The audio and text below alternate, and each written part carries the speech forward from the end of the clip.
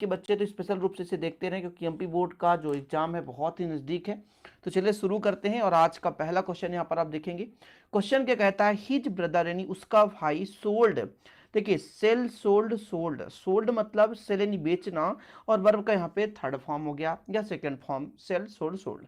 All the gold मतलब उसके भाई ने सोल्ड ऑल द गोल्ड मतलब सभी सोना जो भी जितना था वो बेच दिया। अब देखिए सबसे पहले तो यहाँ पे ये पहचान करना है कि हमें बनाना क्या है। तो make a question with W H word, मतलब हमें क्वेश्चन बनाना है इसको डब्ल्यू एच वर्ड यूज करके। अच्छा दूसरा चीज, ये कौन से टेंस का वाक्य है, कौन से टेंस का वाक्य है, हिज ब्रदर सोल्ड। तो सोल्ड वर्ब का सेकेंड फॉर्म है, वर्ब का सेकेंड फॉर्म पास्ट इंडिफिनिट में लगता है, पास्ट इंडिफिनिट में। ये आप पहचान ली कहां लगता है, पास्ट इंडिफिनिट में। पास्ट इंडिफिनिट में यदि हम आपसे पूछें हेल्पिंग वर्ब क्या लगता है, तो डिड लगता है।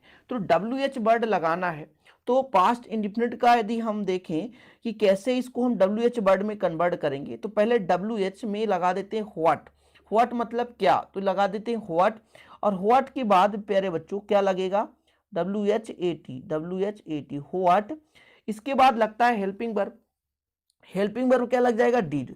डिड क्यों, क्योंकि हमने कहा ना कि past indefinite tense, past indefinite tense में हेल्पिंग वर्ब डिड लगता है।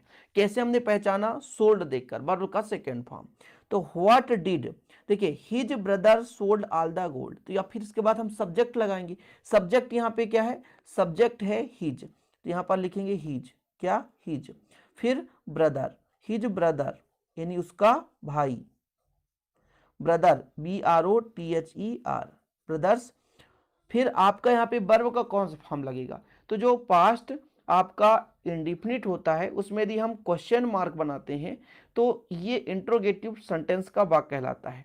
तो इंट्रोगेटिव सेंटेंस में आपका लग जाता है क्या, वर्ब का first form S E L, ठीक है। तो यहाँ पर what did his brother sell, क्या उसके भाई ने बेचा, हम केवल क्वेश्चन वर्ड बना रहे हैं इसलिए व्हाट लगा दिए, तो ऑल द गोल्ड को हटा देते हैं, क्वेश्चन वर्ड बनाना है ना।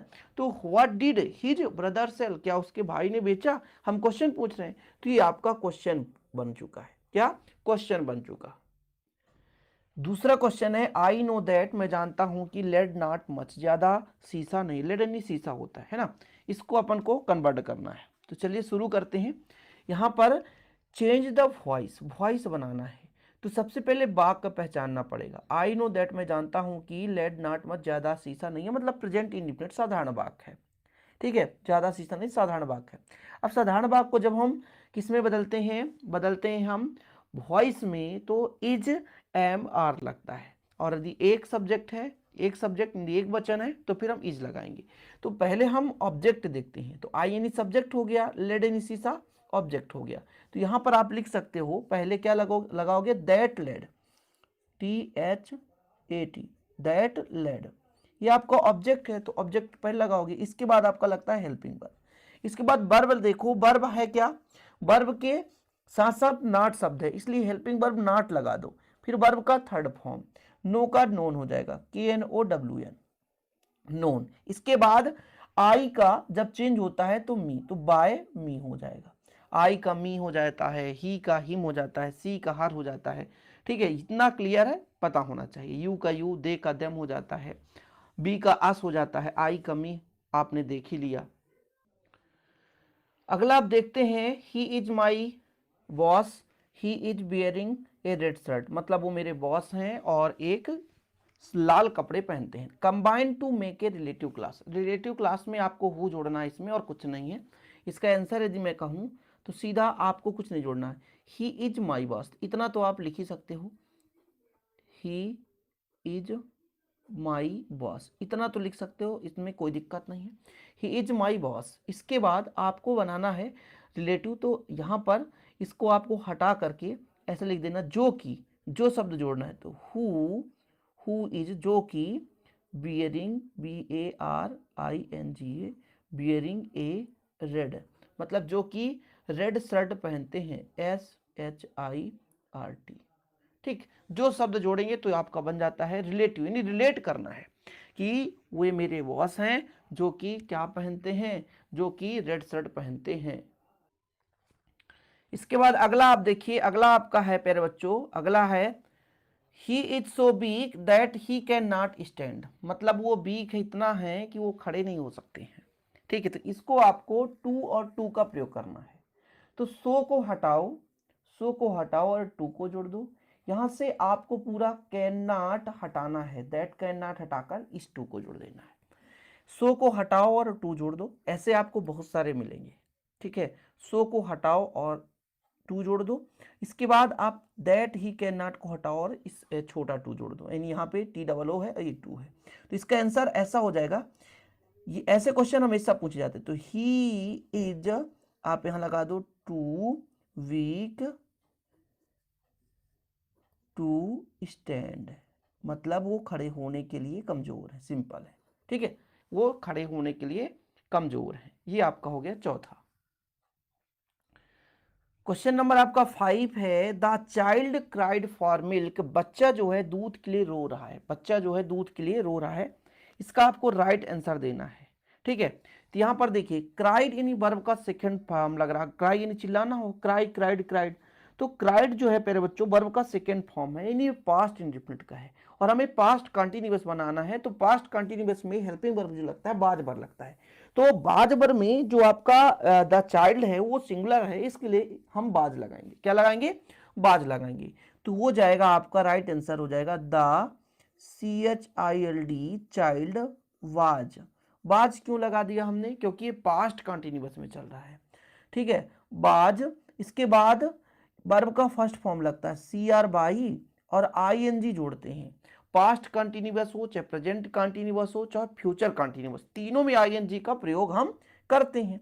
इसके बाद आपका हो जाएगा फार, किसके लिए? मिल्क, यानी बच्चा दूध के लिए चिल्ला रहा था। तो अगला नंबर है आपका 6 नंबर है, थोड़ा देखिएगा। Raju right either with hands, ये आपके पास वर्ड देके रखे हैं, इसको आपको एकदम रीअरेंज करके राइट सेंटेंस बनाना है। सबसे पहले आपको सब्जेक्ट ढूंढना है। सब्जेक्ट क्या हो गया? यहाँ पे राजू हो गया, सब्जेक्ट क्या हो गया? राजू। इसके बाद आपका हेल्पिंग वर्ब लगता है। हेल्पिंग वर्ब क्या है इसमें? Right either. आपका हेल्पिंग वर्ब इसमें नहीं है तो कैन जोड़ लो, कैन होना चाहिए। तो हेल्पिंग वर्ब यहाँ पर मॉडल के रूप में है कैन। तो राजू कैन। अब आपको देखना है कि क्या आपका वर्ब इस पे मिल रहा है, कहीं पे वर्ब है तो राइट नहीं लिखना। तो Raju can write WRIT verb. इसके बाद आपको ऑब्जेक्ट ढूंढना पड़ता है। ठीक है, तो ऑब्जेक्ट यहां पर क्या हो जाएगा? यहां पर ऑब्जेक्ट हैंड हो जाएगा, लेकिन हैंड आपको डायरेक्ट लिख देंगे तो विथ कहां जाएगा? तो विथ को लिखना पड़ेगा। विथ, विथ आपको पहले लिख देना है कि हाथ के साथ, ये एक्स्ट्रा है जो शब्दों को जोड़ रहा है। तो यहां पर आप लिख दोगे with, with WITH either, either hands. इतना कंप्लीट, ये आपका राइट मीनिंगफुल सेंटेंस बन जाता है। अगला क्वेश्चन देखिए, अगला क्वेश्चन है he can prepare T in a minute, मतलब 1 मिनट में वह जो चाय है बना सकता है। अब देखिए कैन है मतलब मॉडल का प्रयोग किया गया है। अभी हमको चेंज करना है वॉइस में, और वॉइस बनाते समय एक चीज नोट डाउन करना, हमेशा ऑब्जेक्ट पहले लिखते हैं। जैसे आपका ऑब्जेक्ट क्या है? टी है, टी यानी चाय, तो टी आपको पहले लिखना पड़ेगा। ऑब्जेक्ट बनाना है तो टी ए टी। इसके बाद आपका आता है helping verb. Helping verb can का तो कैन, मॉडल में चेंज नहीं होता, कैन का तो कैन ही होगा। हेल्पिंग वर्ब में कोई नहीं होना चाहिए एक्सचेंज। फिर आपका प्रिपेयर है, आपका जो है वो यहां पर इसका थर्ड फॉर्म लगाना पड़ेगा। तो प्रीपेयर्ड, PREPARED, आपका प्रिपेयर यानी फर्स्ट फॉर्म है तो थर्ड फॉर्म लगा दिए। तो टी कैन प्रिपेयर्ड किसके द्वारा बनाया गया? तो ही का क्या लगता है? हिम, तो बाय हिम हो जाएगा, बाय हिम हो जाएगा, बाय हिम। एक्स्ट्रा जो वर्ड है, अदर वर्ड जिसे कहता है, कहलाता है, कहा जाता है, तो इन ए वर्ड्स, इन ए सॉरी मिनट, मतलब 1 मिनट में उसके द्वारा चाहे बनाया गया। ठीक है, थोड़ा मीनिंग देख लेना कहीं पे गलत ना होने पाए। तो द, यहाँ पर सॉरी टी है, तो T can prepared by him, यानी ही यानी उस वह होता है, हिम यानी उसका हो गया, तो उसके द्वारा चाय बनाया गया इन ए मिनट, मतलब 1 मिनट में। अगला आपका है प्यारे बच्चों, दे वर प्लेइंग फुटबॉल रॉजली। तो यहां पर ये बोल रहा है कि सिंपल, सिंपल प्रेजेंट टेंस में आपको बदलना है, सिंपल प्रेजेंट टेंस में। ठीक है, तो यहां पर सबसे पहले आपको देखना है कि आपका सब्जेक्ट क्या है। तो सब्जेक्ट कहता है दे, ठीक है। यहाँ पे बर, ये कौन सा टेंस है, तो पास्ट आपका है, पास्ट कंटिन्यूअस का है, तो पास्ट कंटिन्यूअस है और हमको किस में बदलना है, सिंपल, सिंपल प्रेजेंट टेंस में। सिंपल प्रेजेंट टेंस में क्या लगता है, क्या बाज बर लगता है, नहीं लगता। क्या डू डज लगता है, यस, लेकिन निगेटिव इंट्रोगेटिव में, लेकिन यहाँ पर ना तो निगेटिव है ना तो इंट्रोगेटिव है।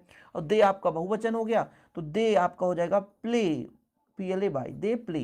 प्ले, देखिए आपका जो सिंपल टेंस होता है, सिंपल प्रेजेंट टेंस, सब्जेक्ट लगता है, वर्ब का फर्स्ट फॉर्म लगता है, तो प्ले हो गया फुटबॉल, और जो इसके साथ अदर वर्ड है उसको आप जोड़ दो। ठीक, तो देखिए जब हम टेंस चेंज कर रहे होते हैं तो आपको क्या क्या चीज ध्यान देना है। सबसे पहले वर्ब, वर्ब आपका प्ले है, तो प्लेइंग लगा है ING, ING मैंने कहा ना प्रेजेंट कंटिन्यूअस में, पास्ट कंटिन्यूअस में, फ्यूचर कंटिन्यूअस, तीनों कंटिन्यूअस में ING का प्रयोग किया जाता है। यहाँ पे जो बर है वो बाज बर लगता है पास्ट कंटिन्यूअस में। अब पास्ट कंटिन्यूअस से हमको प्रेजेंट इंडिफिनिट में बनाना है, यानी सिंपल प्रेजेंट टेंस में बनाना है, तो सिंपल प्रेजेंट टेंस में डू डज लगता है, लेकिन कब, कब लगता है, जब प्यारे बच्चों आपका निगेटिव इंट्रोगेटिव हो। तो यहाँ पर निगेटिव इंट्रोगेटिव है नहीं, साधारण में बनाना है, तो डू डज का प्रयोग नहीं करेंगे, सिंपल है वर्ब का फर्स्ट फॉर्म। यदि आपका एक वचन करता होता तो एस या ES का हम प्रयोग कर सकते थे। इसके बाद आपका अगला नंबर है he does his duty well, मतलब उसका ड्यूटी जो है अच्छा है, तो आपको कैसे बनाना है, इसको कैसे चेंज करना है, चेंज इनटू नेगेटिव, यानी नकारात्मक में आपको बदलना है। तो क्या बोला है, he does his duty well. In does का प्रयोग है डू का, डू जो है आपका यहाँ पे हेल्पिंग वर्ब नहीं है, डू है वर्ब, और वर्ब के साथ एस या ES लगा है, तो डज लग गया, यानी डू के साथ ES, तो यस ये ES में आपको बता दूं प्रेजेंट इंडिफिनिट में ही लगता है। निगेटिव में लगाना है तो हेल्पिंग वर्ब भी लग जाएगा, तो ही के साथ डज लगेगा।